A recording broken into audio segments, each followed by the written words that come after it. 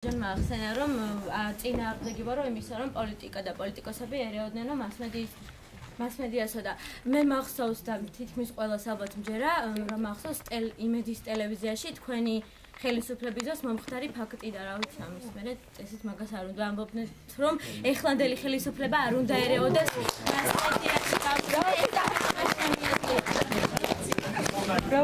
მაშინ დიალოგის ფორმატი გჭირდება. მე უბრალოდ ჩამოვიწყებ პატივს თორე ჩვენ შეგვიძლია მე შემიძლია პრეზიდენტი გადადგა ჩემო კარგო. მაშინ გადადგა პრეზიდენტი და ხელახალი არჩევანი. მან აიღო თავის თავზე ყველა პასუხისმგებლობა. მინდოდა თქვენ ძალიან შორსა რა თქვენ ისეთი წინადადება წარმოთქვით უბრალოდ მინდოდა რომ ჩემი აზრი დამაფიქსირებინა.